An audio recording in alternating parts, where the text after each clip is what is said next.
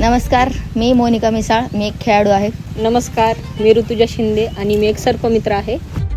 फार अभिमानाची गोष्ट वाटते, आमच्या गावाचं नाव रोशन होते. त्या कोणतेही काम फुल कॉन्फिडन्सने करतात, त्या सपोर्ट करतात मुलीला, ती वाव देतात की काहीतरी करा बाबा, तुम्ही काहीतरी व्हा, पुढे चालून असं पायावर उभं टाका. स्टेबिलिटी महत्वाची आहे लाईफमध्ये, एवढं सांगतो. तर दुसऱ्या पोरीने त्यांच्याकडून आदर्श घेतला पाहिजे बाबा, की असं एकदम फ्रीली बी वागायचं, पण एक मर्यादा ठेवायची त्याच्यात वागायला बी. तर ते आता पुण्या मुंबई सारख्या सिटीमध्ये पोरी पण सिगारेट ओढायला, दारू प्यायला, तर ह्याबद्दल तुझं काय मत आहे? की प्रॉब्लेम जिथं आला तिथं त्या दोघी जणी नाही, अशी एकही प्रसंग मला आठवत नाही. मोनिका आणि ऋतुजाच्या बाबतीत बोलायचं झालं तर मोनिका ही चांगली क्रिकेटपटूच नाही, तर ती एक चांगली मैत्रीण सुद्धा आहे. प्रत्येक मुलीने त्यांच्यासारखं बनणं ही काळाची गरज बनली आहे. ती साप पकडते आणि साप अशी पकडते ती कसलंच भीत नाही. अचानक झाडावरून एक साप त्यांच्या वर्गात घुसला. मुख्य गोष्ट म्हणजे ती अंबाजोगाईतली पहिली सर्पमित्र. पहिली होईल. हा, मग त्यांची मैत्री कमीत कमी 15 वर्ष टिकली आहे. शिवरायांच्या काळात स्त्री कशी होती आणि आताच्या काळात स्त्री कशी आहे? त्यांचं असं आहे मैत्रीमध्ये की त्या मोनिकाला झालं, ऋतुजाला झालं, चांगल्या प्रकारे मैत्री निभावता बी येते आणि चांगल्या प्रकारे टिकवता बी येते. एखादं काय आपण बोलण्यामध्ये जर वाकडं काय झालं तर ते समजून पण घेतात. त्या दोघांची ती कट्टर मैत्री आहे. एका सोबत जर भांडणं झाली कोणाची तर दुसरी लगेच हजर असते. LGBTQ ती कम्युनिटी, मग त्याविषयी तुझं मत काय? तिला क्रिकेट भरपूर येतो, खूप चांगला येतो आणि तिचा स्वभाव इतका चांगला आहे की ती समोरच्याला समजून घेते. कारण मला त्यांचा एक स्वभाव असा झालाय, जी आहे ती सरळ तोंडावर बोलतात. कोणाला बी झालं, पोरांना झालं, पोरींना झालं, तोंडावर, मनात काही ठुत नाही. लक्षात आलं की मेन म्हणलं तर ते खुलके बोलतात. समोरचा कोण पण असू, ते मुलगा असो मुलगी असो, ते भेट नाहीत. मेन म्हणलं तर दूध पोळलं म्हणजे माणूस ताक फुगून पिते, तसं माझ्या वेळेस झालेलं आहे. घाट नांदूरच्या पुढे नेलंय सिलेंडर आणायला. मोनिका आणि ऋतुजा एक असं व्यक्तिमत्व जे सर्वांनाच भावलं आणि तुम्हालाही नक्कीच भावेल. तर आज परघवीच्या व्हिडिओमध्ये जाणून घेऊया मोनिकाच्या आणि ऋतुजाच्या अंतर्मनातील गोष्टी आणि त्यांचा जीवन प्रवास. आम्ही आपल्यातलेच पण वेगळे परग्रही घेऊन आलो हा व्हिडिओ. तर नमस्कार मंडळी, आजच्या परघवीच्या पॉडकास्टमध्ये आज आपल्यासोबत नवीन स्पेशल माणसं, ती म्हणजे मोनिका आणि ऋतुजा. तर मोनिका, आपला परिचय. नमस्कार, मी मोनिका मिसाळ, मी एक खेळाडू आहे. नमस्कार, मी ऋतुजा शिंदे आणि मी एक सर्पमित्र आहे. मग तुम्हाला वाटत असेल की ह्या दोघींना आम्ही एकदाच का आणलं, वेगवेगळं का आणू शकत नाही, पण त्याची एक गोष्ट आहे की ती खूप जुन्या मैत्रीण आहेत. तर तुमच्या मैत्रीची कहाणी सोबत जर सुरुवात केली तर चांगलं वाटेल. तसं सांगायला गेलं तर आम्ही लहानपणीपासूनच्या मैत्रिणी आहेत, म्हणजे बालवाडीपासून आम्ही सोबतच आहेत आणि आता 3rd इयर तरी पण आम्ही सोबतच आहेत. म्हणजे आमची 15 वर्ष जुनी मैत्री आहे असं म्हणायचं. कारण लहानपणापासून आमचं खेळणं, इकडं फिरणं वगैरे असलं काही पण सगळं सोबतच झालेलं आहे. शिक्षण सोबत झालेलं आहे, कुठले कांड करायचे असले ते सगळे सोबत झालेलं आहे. त्याच्यामुळं काय असा विषयच नाही आला की आम्ही कुठं जीवनामध्ये वेगळे झालो म्हणून. आता याच्यानंतर काय होईल ते सांगता येणार नाही, पण जोपर्यंत इथं आहेत अंबाजोगाईमध्ये तोपर्यंत आम्ही सोबत राहू. म्हणजे तुमच्या इथं इतके वर्ष झाले, मैत्रीला कधी तडा गेलाय का तुमचा? हा, खूप वेळेस गेलाय. भांडतात पण तेवढं जोरात आणि जवळ पण तेवढं जोरात येतात. भांडण पण जबरदस्त होतात. मैत्री काय कामाची ना, की असं भांडणं झाली की कायमच एकदा जाण्याची. आमची मैत्री अशी नाहीये की एकदा भांडणं झाले म्हणजे की कायमचा संबंध तुटला, तसं नाही.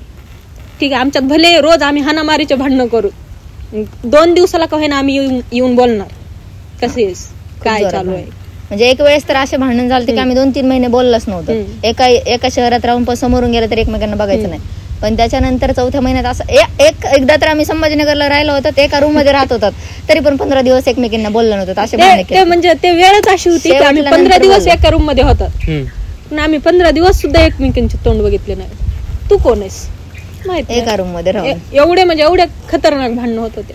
तरी आम्ही सोबत आहोत, कुठंच कोण मरत नाही. ये बी जात नाही, मी बी जात नाही, कारण आम्हाला माहिती आहे की ती येणार, परत येणार. मैत्रीला असा तडा कायमचा जाण्याचा विषयच नाही. मला ह्या व्हिडिओ स्पेशल गोष्ट काय वाटते की तुम्ही दोघी लहानपणीपासून मैत्रिणी आहेत आणि तुमची जशी मैत्री आहे तशी माझी आणि कृष्णाची मैत्री आहे. असं आहे की ती नसते का भांडणं, तुम्ही जसं सांगितलं, तुम्ही स्टोरी सांगायला, मी आठवायला मी कृष्णाला किती त्रास दिला आतापर्यंत. मला असं वाटतं की फ्रेंडशिप मध्ये मैत्री कधी चांगली असते, म्हणजे ते दुसऱ्या लोकांना गैरसमज होते की भाऊ बहीण आहेत का किंवा भाऊ आहेत. बरोबर आहे. बरं मोनिका, आता तू खेळाडू आहेस, मग ही जी प्रेम उत्पन्न झालं तुझ्या मनात की ही क्रिकेट खेळावं, हे कधीपासून? तसं क्रिकेट मी सुरुवात केली होती 8वी पासून खेळायची, पण मला लहानपणापासूनच फार आवड होती क्रिकेट. म्हणजे माझा भाऊ लहान होता आणि आम्ही सारखं दिवस रात्र बॅट बॉल घेऊनच हिंडायचो. त्याला पण फार आवड, मला पण फार आवड, आणि मला म्हणजे सारखं मॅच लागले बघायची आवड होती. कुठं मॅच असेल तर आम्ही बघायला जायचो, काही कळत नसलं तरी पण क्रिकेट बघायचं. आणि पहिल्याचपासून असं आवड होती की आपण त्यांच्यासारखं शिकायचं. मग असं करत करत मग शाळेमध्ये क्रिकेट टीम निघली आणि मग मला तर फार आवडायचं. मग मी गेले. पहिल्या वर्षी सिलेक्शन नव्हतं झालं, मग 7वीला 8वीला मग खेळ, मग झालं सिलेक्शन. आणि गेम माझा चांगला होता तेव्हा. त्याच्यामुळं पहिल्यापासूनच क्रिकेट ही आवड आहे. खेळ कुठल्याही खेळाची पहिल्यापासूनच आवड आहे. तुझं आता तू सर्पमित्र आहेस, मग ती केव्हापासून तुला आवड निर्माण झाली? सर्पमित्र म्हणजे काय, मला अशी काय लय आधीपासून अशी आवड नव्हती की मला सर्पमित्र व्हायचंय किंवा काही, पण म्हणजे असं ते शैतानी दिमाग असल्यासारखं कसं मला असं वाटायचं एकदा तरी आयुष्यात साप दिसावा, एकदा तरी साप दिसावा, म्हणजे अशी लय भारी इच्छा होती माझी की साप दिसावा. नाहीतर आम्ही पहिलं पालीला घाबरणारे कुत्रे महागा लागायचे आमच्या गल्लीतले ते काय. आणि एक वेळेस म्हणजे 12वीला आम्ही सायन्स कॉलेजला होतो तिथं योगेश्वरीला, त्यावेळेस आमचे थोरात सर त्यानं साप आणलेला दाखवलं, त्यानं हातात वगैरे दिला. त्यावेळेस म्हणजे आम्ही सोबतच होतो क्लासमेट, हिनं पण बघितला मी पण बघितला. त्यावेळेस म्हणजे असं वाटलं म्हणाले की आपण पण कधीतरी शिकावा, कुणीतरी शिकवावा. नंतर अचानकपणे आमच्या मामाचे मित्र ऍडव्होकेट लाखे म्हणून त्यांची ओळख झाली. आणि नंतर त्यानं मग आमच्या घराच्या बॅक साईडला एक बेबी कोबरा निघाला होता, ते पकडण्यासाठी ते आले होते ऍडव्होकेट लाखे. मग त्याने ते पकडला आणि मला डायरेक्ट माझ्या हातामध्ये दिला. पकड म्हणले, तू बिंदास पकड, काय होत नाही म्हणले, शिकवतो म्हणले मी तुला. मग माझी सुरुवात ही विषारी सापापासून झाली, शिकण्याची सुरुवात माझी विषारी सापापासून झाली. मग मी बेबी कोबरा पकडला. मग हळूहळू त्यानं मला ट्रेनिंग दिली. मी 6 महिने ट्रेनिंग मध्येच घातले की हळूहळू. नंतर बिनविषारी साप पकडायला शिकवलं त्यानं, धामीन आणली. नंतर पुन्हाच्याला आपला वेरुळा, पुन्हाच्याला गवत्या साप, हे असले साप त्यानं मला दिले. म्हणजे कंटिन्यू असं 4-8 दिवसाला मला साप हाताळण्याची सवय झाली. मग नंतर सापांची पण भीती गेली. नाहीतर साप म्हणलं की मला असं वाटायचं की नाही आता ह्याला सोडणारच नाही, मारणारच. 2 वर्ष आधीचीच गोष्ट आहे. आमच्या घराचं बांधकाम चालू होतं आणि साईडलाच एक साप निघाला, धामीन होती, ती धूळ धामीन म्हणत होते त्याला, बिनविषारी. ती दिसली मला, अशी भिंतीच्या कडीनं जायली होती. म्हणलं आता हिला सोडायचं नाही. यातला एक दांडू होता पडलेला तिथं दगड्यामध्ये, मी त्याच्या मागं दांडू घेऊन, माझी मम्मी माझ्या मागं दगड घेऊन, मारशील का त्याला, मारणार. माझी मम्मी मला मारायली, मी त्या सापाच्या मागं पळायले. त्यावेळेस मी त्या धामीनला मारलं. पण म्हणजे ही माझ्या आयुष्यातली चूक म्हणायचं की मी सर्पमित्र झाले, पण त्याच्या आधी मी एका सापाला मारलं आणि त्याच्यानंतर मग मी साप पकडण्यासाठी शिकले. त्यावेळेस मी कधीच कुठल्याच सापाला अशी हानी होऊ दिली नाही. त्यांना जेवढं होईल तेवढं माझ्या प्रयत्नातून मी जीवनदानच देण्याचा प्रयत्न केला. आणि आपल्या या इकडेच रेणुकाई किंवा मग मुकुंदराज असेल किंवा मग नागझरीचा परिसर तिकडे रिलीज करून टाकले. तेव्हापासून मग अशी भीती मिली साप पकडण्याची. लोकांमध्ये असा गैरसमज असते की म्हणजे प्रत्येक सापाच्या तुझ्या मागे चावायलाच लागणार आहे, काही नसतात का, काही पिसाळलेले कुत्रे असतात. लोकांचं कसं म्हणजे आता मानसिकताच तशी तयार झाली ना की लहानपणापासून साप दिसला की बाबा चावतोय का काय की, मरतय का काय की. आणि ते साप चावल्यानंतर ते विषारी बी नसला, साप चावला आणि ते विषारी बी नसला तर माणूस स्वतःच्या भीतीनं मरतय. ते भीत एवढं की त्याचे ठोके एवढे जास्त वाढतात की ते हॉस्पिटलमध्ये जाईपर्यंतच ते मरतय. पण नाही आपल्याकडे मानसिकता, एवढासा साप निघाला छोटासा, त्याचं पिल्लू जरी निघलं तरी मारते अशी मानसिकता. आणि एवढा साप असला, एवढा साप आहे म्हणून सांगतात लोक, असं ही एक लय भयंकर गोष्ट आहे. त्याच्यामुळं मग लोकांनी थोडा विचार करायला पाहिजे. कारण आपल्या इकडं ना पाण्यातला साप म्हणलं की ते बिनविषारी, पाण्यातला साप विषारी नसते. आणि त्याच्यामधले 40% आणखीन आपल्या धुळीमधले राहणारे, झाडावर राहणारे असे साप असतात. आणि सगळ्यात खतरनाक कुठला साप असेल तर मण्यार, भारतातला नंबर 1 विषारी साप.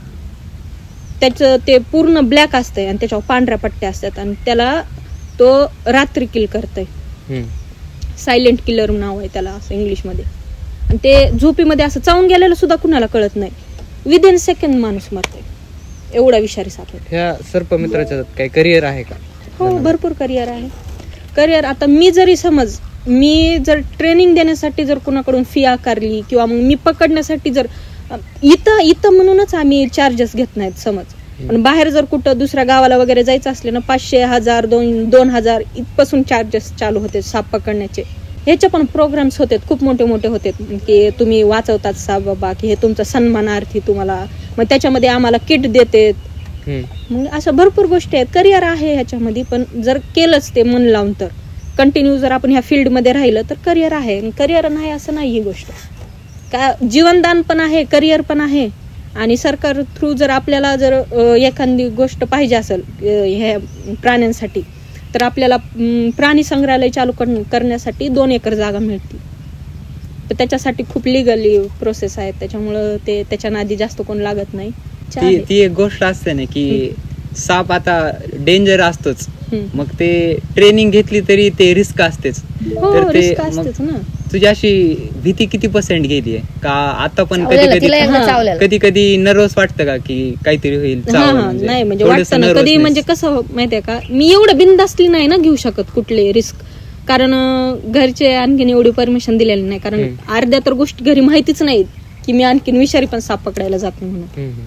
आणि मग त्यावेळेस कधी कधी काय होतं, अचानकपणे जर साप वळला किंवा मग जर कधी कधी तर अशी परिस्थिती असते की हातामध्ये कुठली काठी नाही, काय नाही, जायचं नीट धरायचं आणि भरनीट टाकायचं. मग त्यावेळेस खास भीती वाटते. जर आकडा असल्या सोबत तर मग काय टेन्शन नाही, कारण त्याच्या पोटामध्ये धरलं आपण सापाच्या आणि शेपटीला धरलं ना, मग तो एकदम रिलॅक्स राहतो, तो काय करत नाही. ठीक आहे की बाबा 20% आणखीन आहेच भीती मनामध्ये की चावला तर परत काय होईल म्हणून. ती गल्लीत समजा कुठे बी निघाला साप तर म्हणजे लोकांनी काय करावं, म्हणजे जवळच्या तुला फोन लावला समजा, सर्पमित्राला फोन लावला तर वर्षक नेमकं त्याकडे फक्त नजर ठेवावी का, ते रस्त्यात का गोळा होते भरपूर लोक, मग त्याने साप घेत असेल ना. जेवढं होईल तेवढं परिसर शांत ठेवण्याचा प्रयत्न करायचा. जर समज तुला जर आता इथून जाताना साप दिसला तर तू फक्त त्याच्याकडे लक्ष ठेवायचं. तो जर एका जागेवर थांबलेला असला तर तू शांत थांबायचं, तू काहीच करायचं नाही. नाहीतर ते आपल्या गल्लीमध्ये असतं की हे साप निघाला, ये रे पिंटा, ये बाळू, ये कुठली शांताबाई कांताबाई चटिया, असलं नाही करायचं.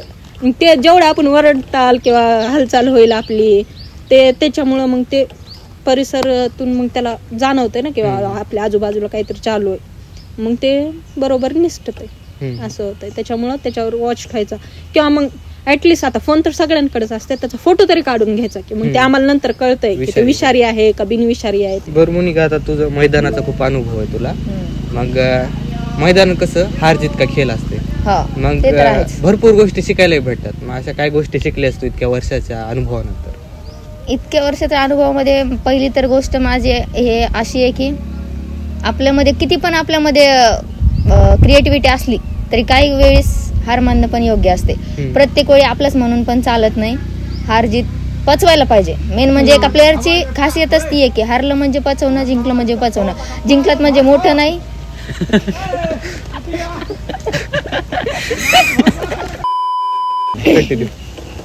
तर असं आहे की म्हणजे हार पण जिंकणं हारणं पचवायला पाहिजे.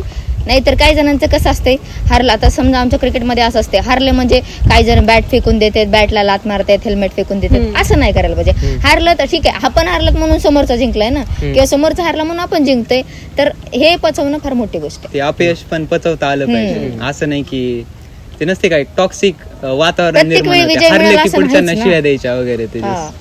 आणि बॅट कसं क्रिकेटमध्ये तर बॅटला देव मानतात, लात मारणं, हेल्मेट तोडणं हे नाहीये, प्लेअरचं लक्षणं नाहीयेत. हे असं नाही करायला पाहिजे. हारलं म्हणजे शांतीत घ्या. अपयश पण शांतपणे संयमाने घेतलं पाहिजे आणि जिंकणं पण इतकं उधळून साजरं नाही केलं पाहिजे. असं म्हणजे भरपूर जण असं होतात की त्यांना एक प्रकारचा अभिमान निर्माण होतो, इगो निर्माण होते, मी जिंकायलो. इगोवाला प्लेअर मोठा होतच नसते कधीच नाही. मग संयम जे आहे ते महत्वाचं असतं क्रिकेटमध्ये. संयम म्हणजे खूप महत्वाचं आहे, कारण आता एकट्याने तर टीम जिंकणार नाही. आता माझ्या एकटीचा इगो आहे म्हणजे काय बाकीचे खेळणारे असे नाहीत असं नाहीच ना. सगळ्यांनी खेळलं म्हणजेच आम्ही जिंकणार ना. का मी एकटीनं सगळंच तर नाही करू शकत. बॅटिंग बॉलिंग माझ्या एकटीवरच नाही ना. त्याच्यामुळं टीम जसं चालते तसं टीमला आपण कोऑर्डिनेट करून चाललं पाहिजे. आपलाच इगो मोठा म्हणून चालत नसतं. बरं, टीम मध्ये कॅप्टन किती महत्वाचं आहे? कॅप्टन भरपूर महत्वाचं आहे ना, पण कॅप्टन असणं म्हणजे त्याला पण एक नॉलेज असलं पाहिजे. नुसतं नावाला कॅप्टन असणं म्हणजे कॅप्टन नाही. म्हणजे कॅप्टन मध्ये कशा त्याच्यामध्ये पण वेगवेगळ्या खासियत असल्या पाहिजे. त्याला फिल्डिंग लावता आली पाहिजे, त्याला बॅटिंग ऑर्डर सांगता आली पाहिजे, त्याला म्हणजे टॉस जिंकल्यावर काय घ्यायला पाहिजे इथपासून प्रत्येक पुन्हा फिटनेसचं लॉजिक असलं पाहिजे, कुठला फिटनेस कोणत्या टाइमला घ्यायला पाहिजे, कोणत्या टाइमला ग्राउंडवर घेऊन गेलं पाहिजे, ह्या टाइमला काय घेतलं पाहिजे. असं कॅप्टन म्हणजे त्याच्याकडे रिस्पॉन्सिबिलिटी जास्त असते ना, पुन्हा टीमचं ओझं त्याच्यावर असते. मग त्याने टीमला सांभाळून घेतलं तरच टीम पुढे उभारते, नाही तर मग कॅप्टन लूज पडला की टीम पण लूज पडते. कॅप्टन जेवढा स्ट्रिक्ट राहील मॅचच्या वेळेस तेवढीच टीम पुढे जाते. असं आता मी म्हणलं ते IPL चालू आहे, घरी बसल्या बसल्या लोक लय सांगते तिने असं खेळायला पाहिजे होतं किंवा इथं फिल्डिंग लावायला पाहिजे होतं. नाही, घरी बसणाऱ्याला तर काहीच येत नाही क्रिकेट मधलं. जे बोलणारे असतात ना त्यांना 50% पण क्रिकेटमध्ये माहित नसते. आता जर त्यांना विचारलं की त्याच्या पॅडवर बॉल लागलाय मग आउट कसं झालं, काय LB झाला असेल, पण LB काय त्यांना ते माहितीये का? तसं असते. काही जणांना काहीच नॉलेज नसते, पण ते समोरच्याला शिकवते, त्यांना माहित नसते आपल्यापेक्षा कितीतरी खेळायला आहे, पण नाव ठेवायला काय तोंड उघडच असते तर ठेवून जाते. आता धोनीला तर किती ट्रोलिंग होती, MS धोनीला. आता काय असं नाही की ते काही खेळला नाही, तो पण मोठा क्रिकेटर आहे, पण तरी पण काही छोटे छोटे लेकरच आहेत त्याला नाव ठेवते. ऋतुजा, असा एखादा प्रसंग ज्याचा तो खूपच विषारी साप पकडलास किंवा? आपल्या इथं एक शाळा आहे बघ, मुकुंद्रा शाळेचं इकडं एक शाळा आहे. त्या शाळेमध्ये एक छोटे लेकरांचं क्लास भरलेला होता, बालवाडी 1ली 2री म्हणजे सगळेच लेकरं 5वी पर्यंतचे लेकरं एका वर्गामध्ये बसवलेले होते. अचानक झाडावरून एक साप त्यांच्या वर्गात घुसला. ते एवढे भिले, एवढे की बस 1-2 जणांना तर चक्कर आले. लेकरांना काय होणार, आणि 2-3 जर एवढे धाडसी होते की नीट त्याच्या मागं पळायले.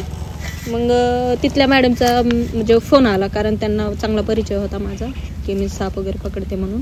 मग मला फोन आला त्यावेळेस, मग मला त्यानं ॲड्रेस सांगितला की आमच्या शाळेमध्ये असं वर्गामध्ये साप आलाय आणि येतात का तुम्ही. ठीक आहे म्हणलं, येते मी, 10 मिनिटात येईल म्हणलं. तिथे जाईपर्यंत त्याने सगळे लेकरं बाहेर काढले आणि दरवाजा लावून घेतला त्या क्लासचा, आणि गेले तर बघितलं ते गवत्या साप होता. म्हणजे अतिशय प्रेमळ, माझा खास म्हणजे एक माझा आवडता साप म्हणून. आणि ते एकदम असा शांत साप, असं पालीचे अंडे वगैरे खाणारा, किडे वगैरे खाणारा, अंडे खाणारा असला साप तो. आणि मग ते साप बघितला मी, मला पहिलं तर खुशी झाली की चांगला आपला आवडता साप पकडायला भेटणार म्हणून. पण ज्यावेळेस मी तिथे गेले त्यावेळेस ते लेकरांचे चेहरे बघून मला असं वाटलं, अरे बापरे, आपण पण लहानपणी हेच आपले रिॲक्शन असणार. काही जण ओरडायले होते, रडायले होते, काही जणांना लय आनंद व्हायला होता. त्यावेळेस मग ते साप पकडला मी, भरणीमध्ये टाकला, आणि आमचे ते ॲडव्होकेट लाखे सर पण माझ्यासोबत आलेले होते. ते लांबून थांबून बघत होते की मी काय काय करते म्हणून. ठीक आहे बघा म्हणलं, तुम्ही माझ्यावर जिम्मेदारी दिली ना, मी आता फुल कॉन्फिडन्स मध्ये होते की मी हे साप पकडणारच आणि घेऊन जाणारच. गेले ते पकडला, बाहेर आले आणि भरणी होती एक मोठी, ते असं लेकरांना दाखवलं. मग ते एकदम खुश होईल, त्यांना एवढं भारी वाटायला त्यांना मला बघून. मग लय खुश होईल, ते त्यांची वही आणि पेन घेऊन येईल की मॅडम तुमची सिग्नेचर देतात का म्हणून. लय भारी वाटले त्यावेळेस मला, त्या फिलिंग्स म्हणजे एकदम लयच भारी होतं. तिथले शाळेचे प्राध्यापक आले, त्यानं म्हणजे खूप छान म्हणले, मुख्याध्यापक हे सगळे होते, सगळ्यांनी सत्कार केला माझा, शाल बिल आणली, आपलं बुके आणला. म्हणलं धन्यवाद मॅडम, असं कायम तुम्ही सपोर्ट करतात, असं तसं. अंबाजोगाईमधल्या पहिल्याच आहेत तुम्ही महिला सर्पमित्र. मग आम्हाला खूप अभिमान आहे तुमचा की तुम्ही आलात वेळ काढून आमच्याकडं, खूप भारी वाटलं. मग त्यावेळेस असं वाटलं की आपण काहीतरी चांगलं केलं तर समोरचा पण आपल्याला चांगलाच प्रतिसाद देत आहे. त्यावेळेस मग ही माझ्या आयुष्यातली पहिली अशी गोष्ट होती की ती मला खूपच आवडली आणि ती मला अविस्मरणीय राहील. त्या लेकरांच्या चेहऱ्यावरचा आनंद बघून, आणि ती एक माझी अचिव्हमेंट म्हणूनच असं म्हणून. ॲडव्होकेट लाखे सर ना, मग त्यांचा किती मोठा रोल होता तुझ्या जडणघडणीत? कोणच ती डेअरिंग करत नाही शिकण्याची. ती गोष्ट त्यानं माझी ती सापाबद्दलची भीती माझ्या मनातून घातली, किंवा मग कुठल्या तरी ठिकाणी जाऊन आपला वेळ देऊन ते सापाला जीवनदान देण्याची ही गोष्ट, म्हणजे त्यांनी माझ्या आयुष्यातलं एक लेसनच दिलं म्हणायचं की दुसऱ्याला जीवनदान देणं, दुसऱ्याला म्हणजे प्राण्यांवर पण प्रेम करणं. आणि साप म्हणून सापच पकडायचा नाही, कुठलाही प्राणी, मग ते संकटात असू दे, भले तिथं आता तू कुठलाही प्राणी असू दे, मग ते चित्ता असू, कुत्रा असू, किंवा डुक्कर असू, का मांजर असू, ते जर संकटात असेल तर त्याला आपण जीवनदान द्यायचं. हे त्यानं बोललेले एक खूप चांगले शब्द होते, जे मी कायम लक्षात ठेवल आणि ते तसं वागल. किती महत्वाचा असतो कोच भरपूर महत्वाचा असते. म्हणजे 75% रोल तर कोचचाच असते, कारण कोचने जर नाही शिकवलं तर कोण काय शिकणार आहे. त्यामुळे कोचचा रोल जास्त आहे. आणि म्हणजे कोच पण प्रकारचे असतात बरं का. काही कोचला काहीच नसते, तुमचं टीम हरू नाही हरू, माझा काय, मला कितपत रोल दिलाय की कोच बनायचे. तुमचं कोच काय असते की तुम्ही काहीतरी सपोर्ट करणार ना टीमला, काय नुसतंच टीम घेऊन जाणार आणि तुम्ही त्यांना काहीच नाही बोलणार. तुम्ही कसं खेळणार आहेत, काय तुमचं म्हणजे टीम एक सोबत कसं खेळणार आहे, कोऑर्डिनेशन काय असणार आहे, कॅप्टननी कोणती जिम्मेदारी निभावली पाहिजे, बॅटिंग ऑर्डर कशी असली पाहिजे, बॉलिंग कोणाला फर्स्ट दिली पाहिजे, सेकंड ओव्हर कशी, कुठनं सुरुवात करायची, असं कोचने सांगायला पाहिजे. मोनिका, तुझ्या दुसऱ्यांना सांगतेस की मी क्रिकेट खेळते, तर शक्यतो लोक काय रिॲक्शन देतात, काय म्हणतात तुझ्या क्रिकेट खेळण्यावरनं? शक्यतो त्यांना वाटते, एक अभिमान वाटते की मुलगी पण क्रिकेट खेळती. पहिलं तर म्हणजे खेडेगावात वगैरे गेलं की म्हणजे माझ्याकडे बघूनच त्यांना तर अर्धा कॉन्फिडन्स येते, ती क्रिकेट प्लेअर आहे, इतकं छान तिला म्हणजे गाडी वगैरे चालवते, असं बघूनच त्यांना माझ्याकडे बघून कॉन्फिडन्स येते. म्हणजे असं जर मी खेडेगावात जरी कुठं गेले तर मुलींना आवर्जून सांगत असते की तुम्ही पण गेम खेळा, बाहेर निघा, घरात राहून काहीच नाही. तर तसं माझ्या सांगण्यावरून तर भरपूर जण ऐकतात आणि मी स्वतःचा परिचय दिल्यानंतर तर बहुतेकांना त्यांना चांगलं वाटते. म्हणजे त्यांनी पण त्यांच्यामध्ये एक स्वतःमध्ये आत्मविश्वास निर्माण होते की आपले पण लेकर बाहेर पाठवू शकतो, खेळू शकतो, आपल्या पण मुली असल्या तरी त्यांना बाहेर पाठवू शकतो, इतकं तर चांगलं वाटते. सर्पमित्र आहे अंबाजोगाईतली पहिली, मला आता कळालं, अंबाजोगाईतली पहिली महिला सर्पमित्र, अभिमानाची गोष्ट वाटत असेल. हो, खूप जणांना असं वाटतं की, आणि भरपूर जण तर असं स्पेशली मला भेटायला येतात की घरचे, म्हणजे त्यांच्या मुलीला घेऊन वगैरे की बघ ती साप पकडते असं तसं. आणि कुठं जर मी साप पकडायला गेले तर त्यांना एवढं भारी वाटतं ना, ते व्हिडिओ वगैरे काढते तर म्हणतात मॅडम तुम्ही कुठले आहेत, असं कधीपासून शिकलात, हे सगळं विचारतात. आणि काही वेळेस काय होतं माहितीये का, मी साप वगैरे पकडायला गेले ना, त्यांना एवढा आनंद होतोय बस विचारायचंच नाही. मग ते मी नको म्हणलं तरी पण ते मग मला पैसे द्यायला लागतात की बाबा तुम्ही आलात तू आमच्यासाठी टाइम काढून, तर मग एवढे घ्या पैसे तुम्ही, असं करा तसं करा. नाही, माझे गुरु होते त्यानं मला एकच गोष्ट सांगितली, तू कधीही कुठल्याही परिस्थितीत जा पण तू कधीच कोणाकडून पैसे घेऊ नको प्राण्यांना वाचवण्यासाठी. मग त्याच्यामुळं न कुठली फी घेता मी साप वाचवायला जाते. ही गोष्ट आपल्या अंबाजोगाईमध्ये तरी खूप चांगली आहे. बरं, आता हे पैशाचा विषय निघाला, पॉवरचा विषय निघाला, मला ते एक प्रश्न दरवेळेस विचार वाटतंय कोणाला पण की पैशापासून आनंद भेटतो का? नक्कीच. काय असतं माहितीये का, पैसा असणं म्हणजेच काय सगळी गोष्ट नसते एक तर, आणि पैसा असणंच हे पण सगळी गोष्ट आहे. असं कधी कधी आयुष्यात अशा दोन रस्ते येतात की एका साईडला आपली एक आवडती गोष्ट आहे समज, आणि एका साईडला अशा भरपूर पैसे येतात, तुम्हाला इकडे पैसाच पैसा भेटणार आहे, तुम्हाला जे मर्जी ते पाहिजे तुम्हाला सगळं. पण जर आपल्याला मानसिकच सुख नसेल, आपण समाधानीच नसेल, तर काय करायचं त्या पैशाला? पैसे घेऊन ते काय होणार नाही. म्हणजे आपल्याला आनंद भेटेल अशाच गोष्टी करायच्या ना आपण. समज आता हिला क्रिकेट खेळायचंय, क्रिकेट खेळायली, पण पैसे देऊन कोण तर तिथं लागायला, त्यावेळेस त्या पैशाची किंमत कळती. जर माझ्याकडेच एवढे पैसे असते तर मीच पैसे देऊन तिथं का गेले नसते. अशा पण गोष्टी असतात ना. त्याच्यामुळं कधी कधी पैसे आम्ही सध्या ह्याच फेजला आहेत की पैसा आमच्यासाठी जास्त इम्पॉर्टंट आहे. फ्रेंड्स मध्ये राहणं, बाहेर फिरणं, ट्रॅव्हलिंग करणं आमच्यासाठी याच्यातच जास्त सुख, पैसा नाहीये. जेव्हा आम्ही कुठेतरी सेटल होऊ जॉबला तेव्हा पैसा इम्पॉर्टंट वाटेल, पण सध्या तरी नाहीच. मित्र माणसं आता ते चांगले निवडायचे म्हणून ओळखवता लागतील ना, ओळखायचे कसे? ते आम्ही त्याच्यामध्ये खूप माती खाल्लेली आहे, फार धोका खाल्ला मैत्रिणीमध्ये असू दे, माणसं ओळखण्यात. मला तर खूप मोठा धोका भेटलेला आहे, म्हणजे टोचलंय कुठंतरी एक, पण टोचलं तरीच माणूस खाली बघून. ते एक असते ना, म्हण असते ना की दूध पोळलं म्हणजे माणूस ताक फुगून पिते, तसं माझ्या वेळेस तर झालेलं आहे. आता माझी मानसिकता अशी झाली की कुणी किती पण चांगलं असलं पण त्याने एक वेळेस जरी माझ्या नजरेत काहीतरी केलं तर त्याला ते माझ्या मनात कधीच नाही जात.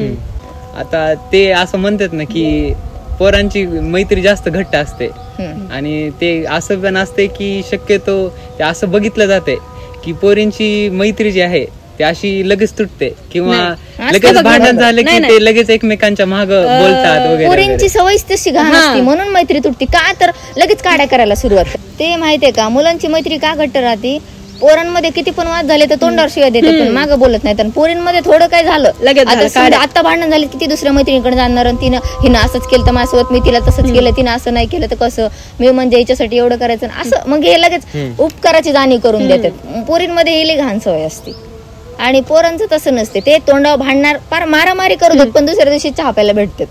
तसं पोरींमध्ये नसते. पोरींमध्ये एकदा थोडं काही काडी झाली लगेच इकडचे तिकडे लावणार, तिकडच्या इकडे, मग त्याच्यामुळे तर सगळे तुटतच जाते ना, जोडून राहत नाही. जरी मुलगी घर सांभाळणारी म्हणली तरी पोरींमुळेच भांडण होते. कधीतरी पोरग चुकते हे पण मान्य आहे, पण पोरी पण खूप असतात त्याच्यामुळे पण भांडण होतात, मैत्री तुटतात, नाते तुटतात, असं होते. आता हे मित्र मैत्रीण परिवारातले लोक समाजाचा भाग असतात ना, आता हे समाज काही बोलत असते आपल्या पाठीवर, कितपत ऐकायला पाहिजे आपण? समाज? 50% बी ऐकत नाहीत आम्ही, 25% कोणाचंच ऐकायचं नाही, जे आपल्याला मनाला वाटेल ना तेच करायचं. आम्हाला तर किती नाव ठेवतात, पोरांसोबत फिरतात, काय करतात. काय पण आता आम्हाला माहिती आम्ही प्रामाणिक आहे, त्यांना माहिती आम्ही तुम्ही प्रामाणिक आहेत. आपल्यामध्ये काहीच नाही, आपण निर्मळपणाने बोलतो. सगळ्यात महत्वाची गोष्ट काय सांगायचं, समाज सोडून आपल्या घरच्याचा आपल्यावर विश्वास आहे ना, तिच्या घरच्याचा तिच्यावर विश्वास आहे, माझ्या घरच्याचा माझ्यावर विश्वास आहे की आम्ही काय चुकीचं करणार नव्हतं म्हणून. उद्या चलून जरी आम्हाला बाकीचे लोक काय नाव ठेवले तर आमच्या घरचे म्हणतील आमचा तुमच्यावर विश्वास आहे, तुम्ही टेन्शन घ्यायचं नाही. आणि असं आमच्या वेळेस घडलेलं आहे. आमच्यावर किती जरी चुकीचं लोक बोलले ना, किती जरी चुकीचं बोलले तरी आमच्या घरच्यांना आम्हाला सपोर्ट केलेला आहे की तुम्ही चुकीचे नव्हते, तुम्ही बरोबर आहेत म्हणून. आता ही समाजात ती एक अजून एक गोष्ट आलेली आता लेटेस्ट मधली, जी की ऋतुजा तुला माहिती आहे, LGBTQ ती कम्युनिटी. मग त्याविषयी तुझं मत काय? माझं मत काय, आता सगळ्यासारखंच, म्हणजे सगळ्यांना एक्सेप्ट केलं पाहिजे किंवा ते पण माणसंच आहेत ना बरं. असं थोडी की ते त्यांना पण भावना असतील ना काहीतरी, आणि समजून घेतलं पाहिजे समाजानं. आणि आम्हाला आता रिसेंटली मॅडमने शिकवलंय, आम्हाला शिक्षणाचा भाग आहे समज, आम्हाला सोशिओलॉजी मध्ये शिकायलाय. तर आमच्या मॅडम म्हणजे आणखीन एक ह्याच्यामध्येच आमच्या दुसऱ्या एक मॅडम आहेत, त्यांना एक एवढा विरोध आहे ना LGBTQ ला, त्या म्हणतात ही गोष्टच आवडत नाही किंवा काहीतरी. आणि एक मॅडम अशा आहेत की त्या म्हणतात हे खूप बरोबर आहे, आत्ताचं वातावरण चालू आहे त्याच्यापेक्षा खूप बरोबर आहे. किंवा जर एक मुलगा जर एका मुलीला नीट सांभाळू शकत नाही, तो तिला अर्ध्या रात्री मारून जाऊ शकतोय, शिवीगाळ करू शकतोय, दारू पिऊन येऊ शकतोय, तर मग का आपण एखाद्या व्यक्तीला आपण एवढं तर स्वातंत्र्य देऊ शकतो की तुम्ही तुमचा पार्टनर निवडू शकतात ना, एवढा तर हक्क त्याला द्यायलाच पाहिजे. का तुम्ही त्याला त्याचा हक्क देऊ शकत नाहीत? असं प्रत्येकानं आपला हक्क घेतला पाहिजे. त्यातलं एक वादग्रस्त गोष्ट अशी की त्यांचं म्हणणं असं आहे की आपलं जी जेंडर आहे ते आपण आपल्या मनानं बदलू शकतो, किंवा जी मला वाटतंय तसं मी जेंडर बदलू शकतो. आता मला काय वाटतंय, मी मेल नाही फिमेल आहे, तर मग मी फिमेलचं रूप घेऊ शकतो किंवा असं वागू शकतो समाजात की मी फिमेल आहे. मग ते कितपत योग्य? आता ज्याला त्याला त्याच्या आपल्या भावना आपल्याला जपता आल्या पाहिजेत. आपलं खरं पहिली गोष्ट आपलं आपल्यावर प्रेम असलं पाहिजे. तू तुझ्या स्वतःला ऍक्सेप्ट केलंस म्हणजे तुला समाज ऍक्सेप्ट करेल ना. मग भले तुला शिव्या देऊ दे लाख, पुढे तुला तोंडावर तर चांगलं बोलायला ना, तुला पुन्हा बाकीचं काय करायचं, मागं काही का म्हणा, तू म्हणायलास ना बाबा मन मला काय घेणं देणं आहे, मला जसं राहायचं तसं मी राहणार. आता मी जर आता समज आमचंच उदाहरण घ्या, आम्ही आता मुलांसारखं राहतो, गाड्या बिड्या चालवतो, मग असतं सगळं मुलांसारखं मुलांमध्ये राहतो, हे ते असं म्हणतात भरपूर जण, काय मुलांसारखं राहतात काय असं तसं काय. पण आम्हाला माहितीये ना की आम्हाला ही आवडती गोष्ट, म्हणजे ठीक आहे आम्हाला ही फॅशन म्हणून समज किंवा मग एक आवड म्हणूनच आवडती, मग ते आमची आवड आम्ही जपतोय ना. मग ते लोकांना का त्रास होतो ह्या गोष्टीचा? व्हायला नाही पाहिजे. तुम्ही पण ऍक्सेप्ट करा, आम्हाला ऍक्सेप्ट केलंय ना. बरं, आम्ही करण्यापेक्षा आमच्या घरच्यांना ऍक्सेप्ट केलंय, मग बाकीच्या काहीच घेणं देणं नाही बाबा. मी सरळ काय म्हणते, तुमच्या घरचे तुम्हाला ऍक्सेप्ट करतात ना, बाकीच्या तुम्हाला काहीच घेणं देणं नाही. विषय एवढाच.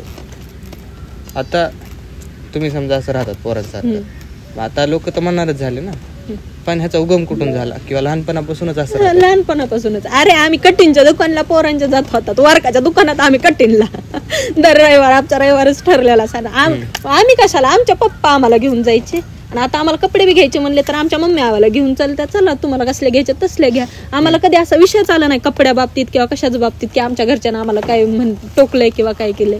आमच्या घरचे आम्हाला काय म्हणत नाही, त्याच्यामुळे मग आमची आवडती आवड राहिलीच आणि कायमचीच राहणार. म्हणजे जोपर्यंत आम्हाला आवडतंय तोपर्यंत आम्ही ही कायम ठेवणार. आणि असं नाही की आम्ही जर समज शर्ट पॅन्ट घ्यायलो तर माझ्या घरचे म्हणणार नाहीत की तुला काय घ्यायचं, ह्या दुसऱ्या असला लॉंग ड्रेस घे. म्हणजे काही आम्ही असं राहतो, या आमच्या दोघीसोबत असं पण घडलेलं आहे की दुसऱ्या पंजाबी ड्रेस वगैरे असले घातलेल्या मुली यायच्या, त्यात आम्हाला म्हणणार वाव तुम्ही किती छान राहतात ना, आम्हाला पण आमची पण खूप इच्छा होती की असं राहायचंय, पण आमच्या घरचे आम्हाला असं राहू देत नाहीत. मग त्याच्यामुळं आम्ही म्हणजे कुठं तरी असं वाटतं की लय बंधनात आहेत. तसं नसायला पाहिजे ना.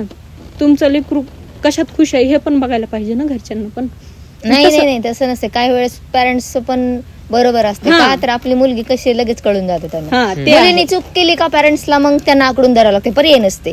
आणि जर आपल्या मुलीचं चरित्र जर घरच्यांना माहित असलं की ती आपल्याला माहिती आहे काय करत नाही, विश्वास आहे पूर्ण, मग तिला कसं बी ठेवलं तरी काय प्रॉब्लेम आहे ना. कारण तिला मी आता लॉंग ड्रेस घालू दे ना ते शॉर्ट ड्रेस घालू देत, घरच्यांचा विश्वास आहे ना. पण जर मुलीने चूक केली, त्याला फ्रीडम दिला आणि त्याचा तिने गैरफायदा घेतला, तर मग त्यांना व्यसन घालण्याशिवाय घरच्यांकडे पर्याय नसते.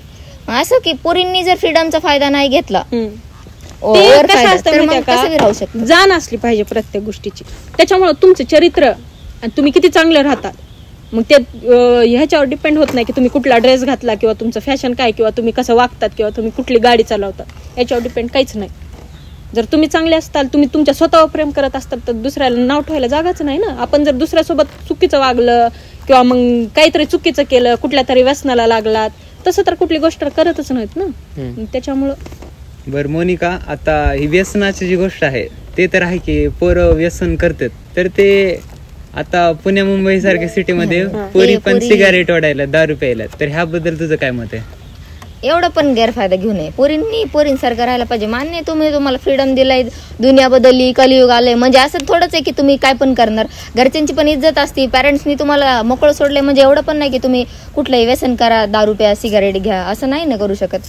तुम्हाला कशासाठी फ्रीडम दिलाय? तुम्ही मनासारखं शिका, तुम्हाला बाहेरचं जग पाहायला मिळायला पाहिजे, एवढ्यासाठी फ्रीडम दिलाय. असं होतं की आई वडिलांना असं वाटतं की आम्हाला ज्या गोष्टी मिळाल्या नाहीत त्या गोष्टी आमच्या लेकरांना मिळाल्या पाहिजे, आणि लेकरांना पण त्या गोष्टी अशा एवढ्या दुसऱ्याच चुकीच्या रस्त्याला जाऊन त्या व्यसनाच्या आहारी जाणं किंवा हे लय चुकीचं आहे. म्हणजे आत्ताच आम्ही 2-3 दिवसाखाली एक न्यूज वाचली की महात्मा फुले हॉस्टेल पुणे युनिव्हर्सिटी, त्याच्यामध्ये अख्ख्या पेटीच्या पेट्या भरून बिअरच्या बॉटल्या होत्या, एक बॉक्सचे बॉक्स भरून सिगारेटचे हे होते. मग पुरी करतात काय तिकडे? बरं मोनिका, ती एक गोष्ट आहे की ते नाही का की 100% पोर आहेत, 100 पोर आहेत, तर त्याच्यातले काही जण म्हणतात 60 पोर असे वाया गेलेलेच असतात, त्यांना बोलायचं नाही. तुम्हाला काय वाटतं की किती टक्के पोरं वाईट असतात आणि किती टक्के चांगले असतात? आमच्या अनुभवामध्ये फक्त 30% पोरं चांगले असतात, बाकीचे नाही चांगले. कारण आम्ही अशा अनुभव बी घेतले. आम्ही खूप जणांना, खूप पोरांमध्ये राहिले. आता लहानपणीपासून आम्ही जास्त तर पोरांचीच मैत्री केली, पोरांमध्ये राहिले, बसलात उठलात. पण आमच्या अनुभवानुसार ना काही जण चांगलेत, काही जणांना किती बी जीव लावा, किती पण माणसासारखं वागा, ते नाहीच होऊ शकत. जे आहे तेच ते म्हणतात ना, एक आता कुत्र्याची जात कशी बेईमानच राहणार कधी पण, तसं ते त्यांना किती बी ट्रेनिंग द्या, काही करा, नीट राहा, माणुसकीने वागा, ते सुधारणार नाही. आणि काही जण असे असतात, त्यांना आपण थोडं एखाद्या वेळेस क्रॉस बोललं तर ते म्हणते ठीक आहे, रागात असेल म्हणून बोलले असेल म्हणून ते पुढच्या वेळेस चांगलं बोलतात. पण काही जण तसे नसतात. आम्ही दोन्ही प्रकारच्या मुलांना अनुभवले, म्हणजे चांगले पण मुलं चांगलं बोलून मी बघितले, वाईट बोलून मी बघितले, काय जणांच्या डोक्यात नाही हजार. म्हणजे समजा अशी कोणती पोरगी आहे, ठीक आहे, जिला समजा ओळखता येत नाही पुढच्या पोराला, तर ती कोणत्या गोष्टी बघू शकते का पोरामध्ये की हा चांगला आहे किंवा वाईट आहे? पहिलं तर त्यानं आपली किती रिस्पेक्ट करते एवढंच बघितलं पाहिजे. त्याची नजर कशी आहे, म्हणजे जर त्यानं आपल्या डोळे घालून जर बोलत असेल तर ते अगदी परफेक्ट आहे. आणि जर ते खालीवर जर करून बोलत असेल तर त्याला त्याच ठिकाणी 2 ठेवून द्यायचे. बस माझा तर एवढाच मुद्दा आहे. आता ही वेगळं राहण्याचा एक फायदा आहे की स्वातंत्र्य भेटतंय, पण दुसरं काय की आपण थोडं वेगळं राहतो, आपल्याला जरा युनिक समजतात लोक, मग कधी कधी अशी एकटेपणाची भावना पण येते. मग तुम्ही असा विचार केलाय का की पुढे चलून लग्नाला ही अडचण होईल किंवा तुम्हाला तुमचा चांगला पार्टनर मिळायचं नाही किंवा असे विचार येतात का तुमच्या? असे तर विचारच आले. आम्ही जिथे तिथे ते रोल प्ले करतो ना, घरी आमच्या घरी काही कार्यक्रम असेल आम्ही त्याच्यात सगळं अरेंजमेंट करायला असतो. कधी अडचण स्वयंपाक करायची गरज असेल ते काम करतो. प्रत्येक गोष्टीचा आम्ही जिथे तिथे तो रोल निभावलेला आहे. बाहेरचे कामं असतील ते कामं केलेत. म्हणजे असं नाही की आम्ही ड्रेसिंग अशी करतो म्हणजे काही लग्नापर्यंत आणखीन आम्ही विचार म्हणजे असं विचारच कधी आले नाहीत आमच्या, कारण आम्ही त्या दुनियामध्ये गेलच नाहीत आणखी. म्हणजे आतापर्यंत म्हणजे आम्ही आता भरपूर वेळेस असं बघितलंय की 5वी 6वीच्या पोरी पण प्रेमात पडायला, ते आमच्या आयुष्यात आणखीन गोष्ट चाली नाही की लग्नापर्यंतची आम्ही एखाद्या मुलासोबत लग्न करून त्याच्यासोबत असं सेटल व्हावं. म्हणजे पोरींच्या असतात ना राजकुमार स्वप्नोका असं तसले आमचे विचारच आले नाहीत आमच्या. त्याच्यामुळं म्हणजे लग्नाला येणार नाही काही अडचण, कारण आम्ही तसं तितकं तर वाईट वागलंच नाही ना. मी काय म्हणलं, वेगळं राहिलं का की ते समाजात धारणा होती ना एक निर्माण की आता वेगळे हे ते म्हणतात ना गड्यासारखे तसं नाही तितकं पण एकदम माणसांसारखं अजून त्या फेज मध्ये नाही गेलेलो. पोरींमध्येच आहेत तितकं संस्कारी पण आहेत आणि वेळ आली तर आम्ही स्वयंपाक करून खाऊ शकतो, आम्ही आमचे कपडे देऊ शकतो, आम्ही आमचे भांडे घासू शकतो. इतकं पण आणखीन आम्ही मुलांसारखे निर्लज्ज झालो नव्हतो की आपलं काम आपण स्वतः करत नव्हतो म्हणून. नाही तसं निर्लज्ज म्हणायला येत नाही, ते पण त्यांचं करू शकतात. पण आता कसं घरच्यांनी त्यांची मानसिकता बनवली, पोरं कामं करत नाहीत. आता ते सध्या काळ बदललाय, करतात पोरं पण कामं. पण पहिल्या पिढीत कसं नाही, मी मुलगा मी कसं हात लावून ही प्रथा होती. आता ती जरा कमी झाली, पण मुलींनी पण त्यांचं जे घरी त्यांना कामं असतात त्यांचा रोल प्ले केला पाहिजे घरात पण. म्हणजे असं नाही की आम्ही पोरांसारखं राहतात ताटात हात धुतला की बाहेर तसं नाही ना, घरचे पण कामं करायचे, घरच्यांना पण विचारलं पाहिजे, तुम्ही घरची पण कामं करा, मदत करा, घरी सगळं बघा आणि नंतर तुम्ही हिंडा ना. मग आमचं तसं आहे की आम्ही घरची कामं बघून सगळं घरचं आवरल्याशिवाय घराच्या बाहेर निघत नाही. आणि पुन्हा जेव्हा आमचा वेळ असते तेव्हा मग आम्ही घरी जात पण नाही. आम्हाला जे वेळ जेवढा बाहेर दिला तेवढ्या वेळात आम्ही बाहेर फिरून पुन्हा जेवढा वेळ घरात आहे तेवढा घरातच राहतो. आता समजा पोरग आहे तर ते नाजूक बी जरी असलं तरी ते एक थोडं पोरासारखंच राहते ना, थोडीशी एक बोल्ड असते त्याचा स्वभाव, थोडासा रागीट असतो, थोडासा ते नसते पुरुषत्व असतं जरा. तर ते काही पोरांना ते नसतंच. तर तुला काय वाटतं की हे असं पोर का तयार झाले, मऊ पोर? नाही, मला तर ते पहिली गोष्ट ते आवडतच नाही. अरे तुम्हाला पुरुषाचा जन्म भेटलाय म्हणजे मर्दासारखं वागा ना, असं पोरींसारखं वागून काय करायचंय? माझं तर तेवढं मरद आहे ना, फिर तू मरद जैसा राहता की नाही, तुम्हाला देवानी मुलगा बनवले ना, मर्दासारखं वागा ना. 4 पोरींना तुमच्याकडे बघून सेफ वाटलं पाहिजे. तुम्हीच पोरींमध्ये वागायला लागला, पोरीत आणि परत फरक काय राहणार आहे? तेच ठीक आहे की आता खरं बोललं तर एक प्रकारचा वादच चालू आहे स्त्री पुरुष मध्ये. म्हणजे स्त्रिया त्यांचं कर्तृत्व बजावल्यात आणि पुरुष कसे जरा नाराज होऊन बसल्यासारखे झाले आणि त्यांना काय करावं ती कळ नाही. मग तसं नाही, आता कसं झालंय, स्त्रिया झाल्यात पुढं आणि पुरुष गेलेत बघायची भूमिका. बायको जाती कामाला, नवरा म्हणते मी घर चावतो तुझा, हे असलं झालंय आता. कलियुग म्हणतात. एक पुरुषांसाठी काय अवघड झालंय माहिती का, मी एक व्हिडिओ बनवला की आता पुरी शिकायला पोरांपेक्षा जास्त शिकायला, तुम्ही अजून शिकताल, माझ्यापेक्षा जास्त शिकताल, पण एक अपेक्षा असते आपल्या नवऱ्यांना आपल्यापेक्षा जास्त कमावं. पण पोरं कमी शिकायलेत आणि पुरी जास्त शिकायलात, मग पगारीवाले जास्त कोण होईल? महिला. मग ही ह्यावेळेस या पुरुषांनी काय करायचं? जास्त शिका ना तुम्ही. तुम्हाला तर घरात काम नसतात, बंद नाही, तुम्हाला एवढं फ्रीडम असून तुम्ही काय करतात फ्रीडमचं? अभ्यास करा ना. बिड्या फुकण्यापुरतं तुम्ही फ्रीडम मागायला, तर मग पुरी बिचाऱ्या घरचं काम करतात, बाहेरचं बघतात आणि पुन्हा अभ्यास करतात. तसं तुम्हाला तर जिम्मेदारी घरची काहीच नसती. तुम्ही काय करतात? 5 तास मित्राकडे, 1 तास अभ्यासात. कसं होणार मोठे? तुम्ही 4 तास फिरा मित्राकडे, पण ऍटलीस्ट 3 तास तरी अभ्यास करा, होईल. नाही, असतात जबाबदाऱ्या पोरांना पण मान्य आहे रे, पोरांना पण जबाबदारी आहे, पण तुमचं फ्युचर पण दिसतं पोरं नसतात. पहिली गोष्ट म्हणले मित्राच्या घरी अभ्यासाला जायचे, जा मित्राच्या घरी, पण पोरींना मैत्रिणीच्या अभ्यासाला म्हणलं तरी 4 वेळेस परमिशन मागायला. मैत्रिणीचा फोन नंबर द्या, मैत्रिणीच्या आईला बोलू द्या, मैत्रिणीच्या पप्पाला बोलू द्या, तुमचं घर कुठे, ऍड्रेस द्या, इथपर्यंत असते. पण पोरांना तसं नाही, आई मी चाललो मित्राच्या घरी, हा बरं ठीक आहे जा, असं थोडं. त्यांना बंधन नाहीत ना. मग ते कसा बी अभ्यास करा, तुम्ही मित्रासोबत अभ्यास करा, ग्रुप स्टडी करा, काही करू शकता. पोरीना नाही, पोरगी एकदा घरात म्हणले घरातच अभ्यास करायचा, शिकायचं तर शिक, नाही तर बस. ते जे टाइम लिमिट्स आहेत का त्या फक्त मुलींसाठीच लावलेले आहेत. माझी मान्यता तर अशी, तू 7च्या आधी घरात पाहिजेस, ह्या टायमिंगला हे. पण आजच्या काळाला ते टाइम लिमिट लावलं ते मला तर बरंच वाटतं एक प्रकारचं. म्हणजे ते सीमारेषा घातली तेच बरोबर. अर्ध्या रात्री पोरगी बाहेर येणं म्हणजे बिलकुल सेफ नाहीये. मग ते जे लावलंय तेच काय मुलीसोबत होईल ते सांगता येत नाही. 4 वर्षाच्या मुलींसोबत काय पण होईल, तर मोठ्यांचं तर काय. आणि पहिली तर गोष्ट, पोरींनी नाजूक राहिलंच नाही पाहिजे, माझं तर म्हणणं आहे.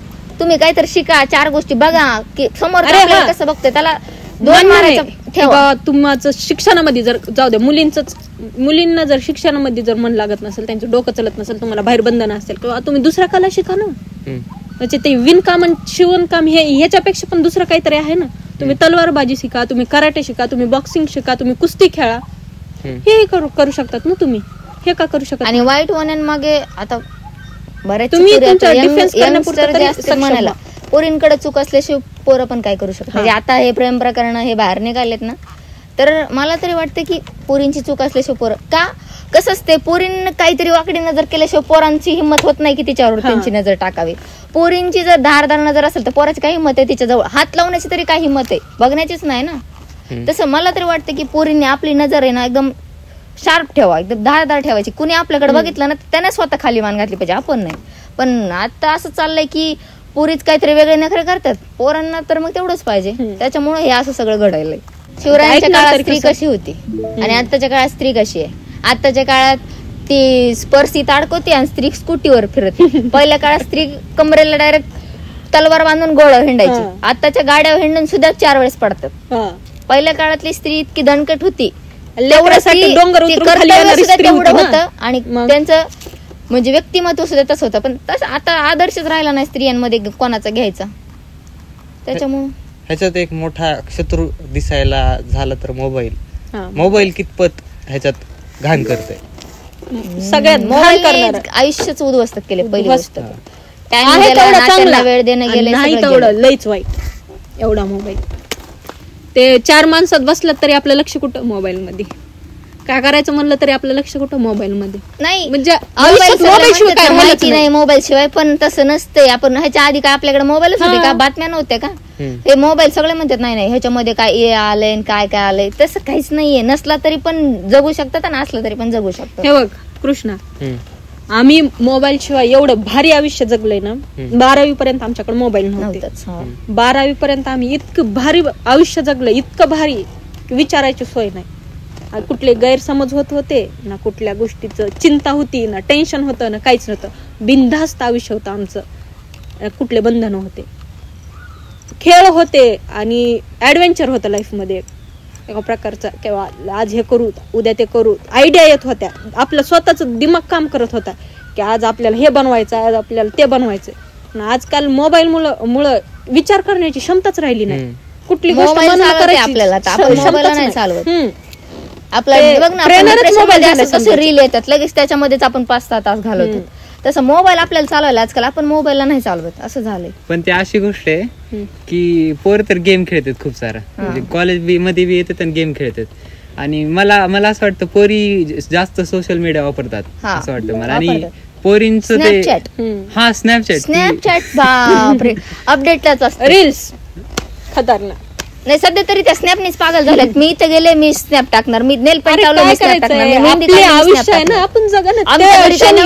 केले. 4 लोकांना कळलं पाहिजे आमच्या घरी आज हे केलंय. कशाला तू एकटी खा ना, लोकांना दाखवून काय लोक जेवायला येणार काय तुमच्या घरी? हे मला हे तर ही स्नॅपचॅट ही अजिबातच आवडत नाही. आणि वापरणाऱ्यांचा पण राग येते ही स्नॅप का वापरते का म्हणून. आपल्या पर्सनल इन्फॉर्मेशन आपण लोकांना का द्यायचं, आपण का त्यांना अपडेट द्यायचे, आपले कशामुळे द्यायचे? मी हेच केलं मी तेच केलं का? लोकांना काय गरज दाखवायची? आपली पर्सनल लाईफ ठेवा ना, काहीतरी पर्सनल ठेवा ना. सगळं शेअर करून कसं जमतंय? हे मला अजिबात आवडत नाही ती स्नॅप. मी आमच्याकडे तर अजिबातच नाही. माझ्याकडे तर जसं फोन आहे तसं नाहीच, ते आपल्याला नाही आवडत. आपण तरी भाग्यवान होतो तर तुझ्या की आपल्याला इतक्या वर्ष मोबाईल नव्हते आणि पुन्हा मोबाईलचा काळ आला आपल्याला. आताचे जे लेकर आहेत त्यांना पहिलीपासून लेकर रडू नये म्हणून हातात फोन. ह्याच्यात पालकाची बी चुकी आहे ना, खूप सारी चुकी आहे. त्यांना काहीतरी खेळायला पाहिजे, बाहेर घेऊन जायला पाहिजे, कुठल्या तरी टीव्ही सिरियल दाखवायला पाहिजे. ते डायरेक्ट मोबाईल दिले. लहान बाळाला सुद्धा कार्टून लावून बसवतात. हे नाही, हे चुकीची गोष्ट. आपण संस्कार जिथून द्यायचे तिथूनच असं व्हायला लागल्यावर पुढे कशाला सुधारणार आहेत पिढी? आपण जर शिकवलं तर काहीतरी वेगळं. आता तर काही वाटत नाही पुढं काय शिकतील म्हणून. शिकणारे शिकतील, न शिकणारे आहेतच आपल्या इकडं. बरं मोनिका, हे का असतंय की पोरींनी स्वयंपाक शिकायला पाहिजे असं ते समाज म्हणते, त्याबद्दल काय वाटतं? ऑफकोर्स शिकायलाच पाहिजे.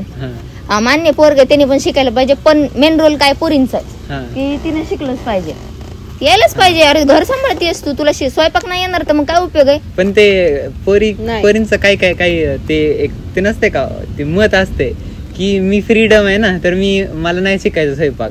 नाही हे चुकीची गोष्ट आहे. तुला फ्रीडम आहे ना, तू कुठं फिर, शॉपिंगला जा, हिंड फिर, घराला तुला स्वयंपाक तुला 4 लोकांसाठी नाही करायचं, पण तुझ्या स्वतःला जगण्यापुरतं तरी तुला करून खाता यायला पाहिजे ना. उद्या जर चालून तुझ्यावर अशी परिस्थिती आली किंवा काहीच नाही उपलब्ध आणि ते तुला बनवूनच खायचंय, त्यावेळेस तू काय करणार आहेस? त्यावेळेस तर पाण्यानं पोट भरणार नाहीस ना तू, तुला बनवावंच लागेल. किती फ्रीडम तरी भाकरी डाउनलोड होत नाही ना, घरूनच खावं लागणार आहे ना. सो आपल्याला यायलाच पाहिजे. मुलगी म्हणजे मुलींची खासियत आणि स्वयंपाक करणं हे स्किल आहे आजसाठी तरी. मर्दासारखं राहत तसं मुलींना पण मग ते सूट झालं पाहिजे ना, तुम्हाला घरकाम यायलाच पाहिजे. माझं तर असंच मत आहे. पण असं नाही की फक्त मुलींना शिकलं पाहिजे, मुलांना बी शिकलं पाहिजे. तू चपात्या कर, मी भाजी करतो, विषय एवढा. तू पण शिक, मी पण शिकते. स्किल म्हणून बघा ना त्याच्याकडे तुम्ही. तू एकटीनच केलं पाहिजे असं थोडी. दोघांना मिळून करा, तुम्ही दोघं शिका, दोघं पण करा. ती विषय काय झालाय माहितीये का, की आता हे वाद जे निर्माण मी सांगितलं तुला की पुरुष आणि स्त्री मधला वादच मानावं लागेल ते, की इकडून ही शिवाय देईल तिकडून ते शिवाय देतात. तर 2 वर्ग तयार झाले. एक तर सक्त लोंढे माहिती आहे ना, म्हणजे ते पोरींना शिवाय देणार, काही नसते, मोह माय म्हणून ते तिसरीकडेच कुठाने करणार आणि मला कोणाची गरज नाही, काही नाही तसं वागणार. पण दुसरीकडच्या पोरी, मला लग्न करायची काय गरज आहे, मी स्वावलंबी आहे आणि मी सक्षम आहे सगळं करायला, मला कोणत्याही पुरुषाची गरज नाही. मग ते दोघं कुठं चुकायलेत? हे बघ, पहिली तर गोष्ट दोघांना पण एक विचार केला पाहिजे की बा आपल्याला आता आपण तरुण वयामध्ये आहेत तोपर्यंत आपण जोपर्यंत करू शकतात तोपर्यंत करू शकतात. ज्या वेळेस आपल्यावर अशी वेळ येईल की आपण, आणि प्रत्येक जणावर वेळ येणारच आहे. तुम्ही थोडी तरुणच राहणार आहेत, तुम्ही म्हातारे तर होणारच आहेत ना. त्यावेळेस एक जण वाकलं तर एक जण सांभाळायला तर पाहिजे ना. आपल्या आयुष्यात कुणीतरी आपल्याला आधार पाहिजे ना. की आणि ज्या वेळेस आपल्याकडे कुणीच नसते त्यावेळेस एक आपला पार्टनर असतो ना आपल्याकडे. 4 गोष्टी आपण त्याच्याशी बोलतात, 4 गोष्टी आपण ऐकून घेताल. भलेही तुमच्यात भांडणं होऊ दे, पण तुम्ही दोघं एकमेकाला बोलायला आहेत ना. आणि फोन म्हणजे सगळं काही नाही. त्याच्यामुळं आपल्याला आधार म्हणून कुणीतरी आपल्यासोबत आहे ह्या गोष्टीची जाण पण पाहिजे मुलांना. किंवा आपण लग्न केलं पाहिजे आणि ते ठराविक वेळेमध्ये किंवा वयामध्ये समजा, किंवा भलेही तू सक्षम आहेस, तू करू शकतेस सगळं, पण पुढच्या भविष्याचा पण तुम्ही विचार करा ना. की तुम्ही आता तात्पुरत्या सुखासाठी भविष्याचं सगळं विस्कळीत करून नका टाकू. ही जी गोष्ट आहे ना, अडाणी माणसाला जास्त कळते सुशिक्षित माणसापेक्षा. मी शेतात गेलतो आमच्या बटेने दिलेलं. मग तिथं ऊस राहिली होते का काहीतरी चढवले होते कशावर तरी. मग तिथल्या त्या जी मावशी होत्या बटेने दिले त्यांची बायको म्हणल्या की बायना रोजगार कमी भेटतंय किती चढवायला ते. मग म्हणलं तसं भेदभाव का, माझा प्रश्न आला. मग त्या म्हणल्या माणसं जास्त काम करू शकतात असं मजुरीचं. मग ती मला वाटलं की एक अडाणी बाई समजू शकते. काय झालंय, एक प्रकारचा अभिमान निर्माण झालाय. मी पुरुष आहे ना, मग मला कोणत्या बाईची गरज नाही, मी सक्षम आहे असं वाटतंय. स्त्रीला काय वाटतंय की मी सक्षम आहे, मला कोणाची गरज नाही, मी तर कमी नाही. ते कमीपणा जी ओळखायचं असते ना, ती नजर मिळली आपली.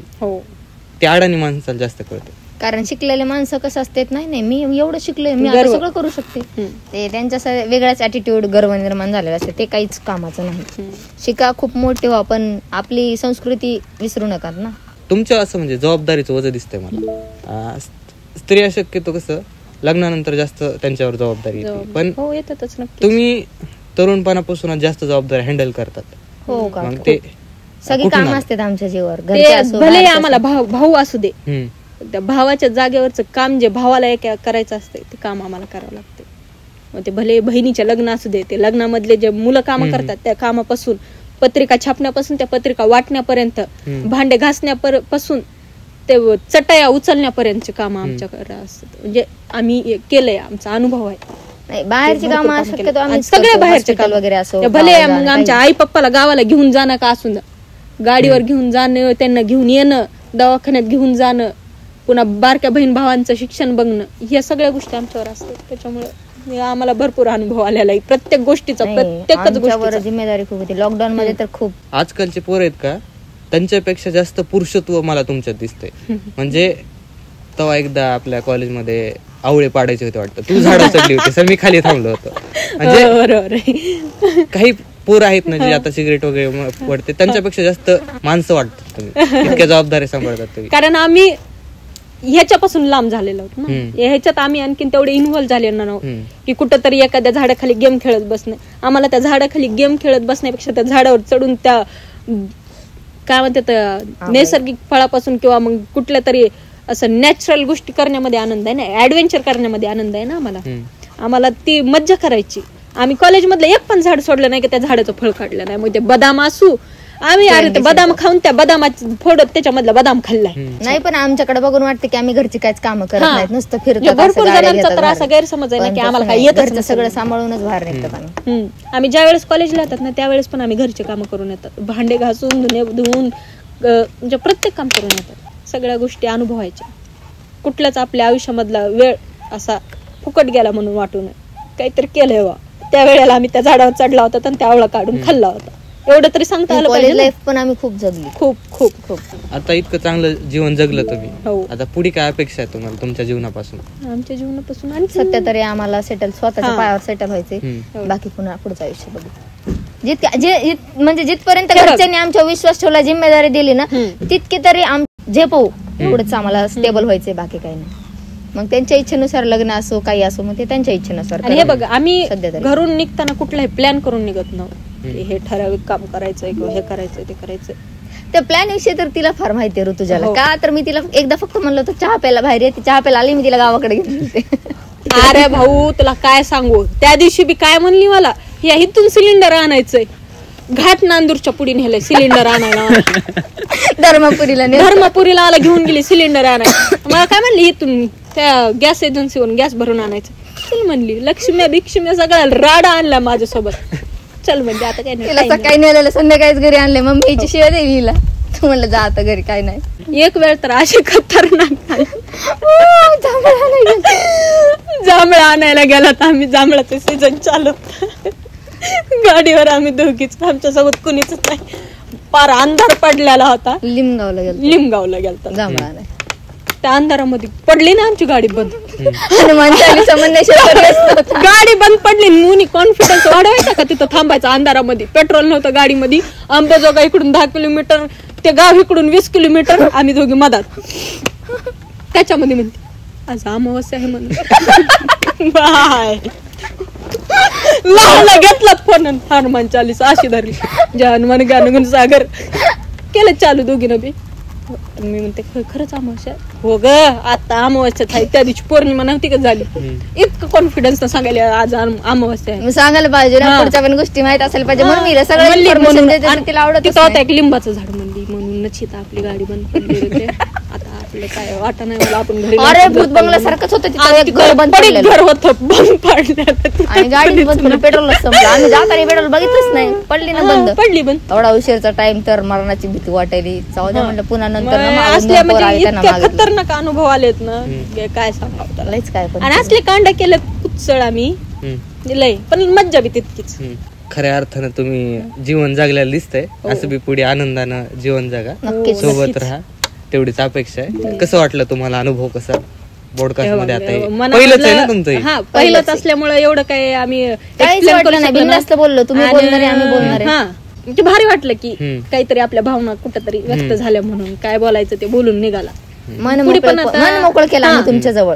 पुढे पण आता कधी जर तुम्हाला जर वाटलं की आणखीन एकदा बोलवा, तर पुन्हा तर राडाच, नुसता राडा करू. तुमच्याकडे गोष्टीचा भंडार दिसायला लय, तुला टाइम पुरणार नाही एवढा. अजून भरपूर किस्से सांगत राहिलेत. कधी नेक्स्ट टाइम करशील त्यावेळेस होईल पार्ट 2. पण पुढच्या वेळेस कसं तुम्ही जीवनात पुढे गेलास अजून, म्हणजे अजून बोलायला आपल्याला मजा येईल. पुढे गेलतात आम्ही, पण तिथून वापस आलो. पुढे गेलेले किस्से सांगते आता आम्ही तुम्हाला नेक्स्ट टाइम पार्ट 2 मध्ये. आपण ते बघूया. त्यासाठी सबस्क्राईब करा. भेटूया पुढच्या व्हिडिओ मध्ये. धन्यवाद. धन्यवाद. तर हा व्हिडिओ आवडला असेल आणि त्यांची चर्चा तुम्हाला भावली असेल, तर त्या व्हिडिओचा अनएडिटेड व्हर्जन, जे की ऑडिओमध्ये स्पॉटिफायला अवेलेबल आहे, त्याची लिंक मी डिस्क्रिप्शन मध्ये टाकतो, जे की तुम्ही जाऊन ऐकू शकता. आणि अजून त्यांच्या स्टोरीज, अजून त्यांचे किस्से ऐकू शकता. अशाच व्हिडिओसाठी सबस्क्राईब करा, स्पॉटिफायला फॉलो करा, कारण तिथे वीकली पॉडकास्ट आम्ही अपलोड करतो नवीन नवीन विषयांवर. त्यासाठी एवढंच. हा व्हिडिओ आवडला असेल तर चॅनलला सबस्क्राईब करा, स्पॉटिफायवर फॉलो करा आणि इन्स्टावर नक्की फॉलो करा. लाईक, शेअर आणि असेच व्हिडिओ पाहण्यासाठी या चॅनलला सबस्क्राईब करा.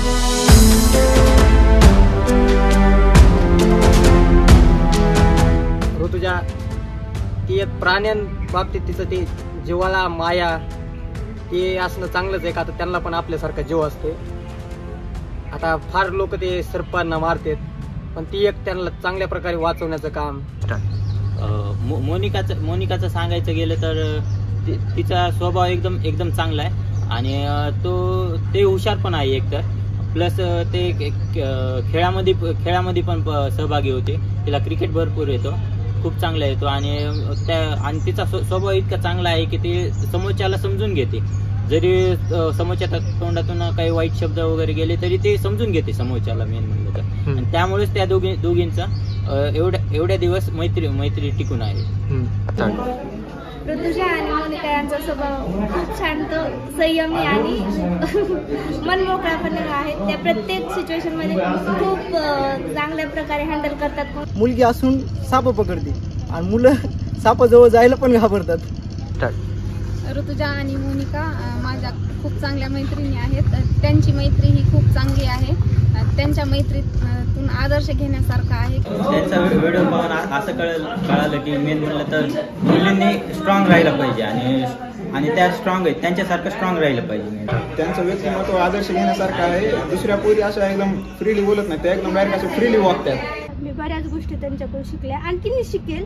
आमची फ्रेंडशिप कधी तुटणार नाही हे तर 100%च. कारण की आमच्या मैत्रीला 7 वर्षाच्या पुढं झालंय की आमची फ्रेंडशिप चालूच. त्यांचा स्वभाव नारळासारखा आहे आणि ते वरून जरी कडक असले तर त्यांचा स्वभाव आतून पण नरम आहे, असं गादीसारखं आहे.